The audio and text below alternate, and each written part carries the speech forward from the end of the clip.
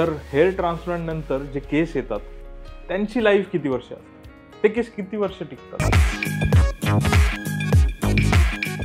Actually 10 ते 15 वर्ष implanted हेअर्सना काहीच होत नाही. हां, काही छोटी छोटी पथ्य आपल्याला पाळावी लागतात.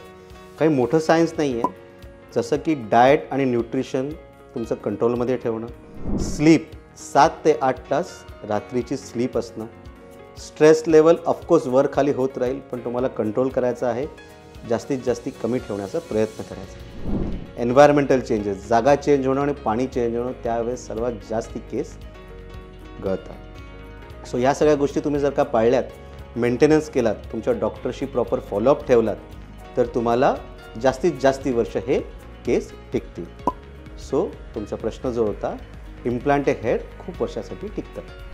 म्हणजे 10 ते 15 वर्षाची लाईफ हेअर ट्रान्सप्लांट नंतर केसांची असते.